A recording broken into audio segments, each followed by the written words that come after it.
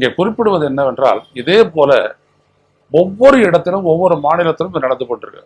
இந்தி மொழி பேசாத கிட்டத்தட்ட எந்த மாநிலத்திலும் இந்தி மொழி தாய்மொழியாக கொண்ட மக்கள் நிறைந்த மாநிலம் என்று இந்தியாவில் எதுவும் கிடையாது.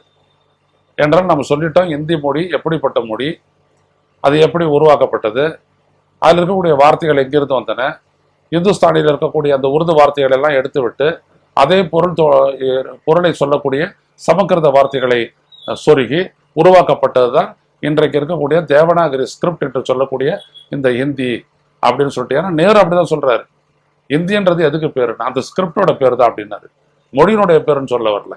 நாடாளுமன்றத்தில் கேட்கப்பட்ட கேள்வியில் அன்றைய பிரதமர் ஜவஹர்லால் நேரு, ஹிந்தி என்பது அது மொழியின் பெயர் அல்ல, ஏன்னா அந்த மொழி அப்படி ஒண்ணு இல்லை, அப்ப அது ஸ்கிரிப்டுக்கு தான் நாங்க சொல்றோம், அந்த தேவநாகரி ஸ்கிரிப்ட்ல என்ன நம்ம பேசுறோமோ இதுதான் அப்படின்னு சொல்லிட்டு அவர் சொல்லிட்டாரு.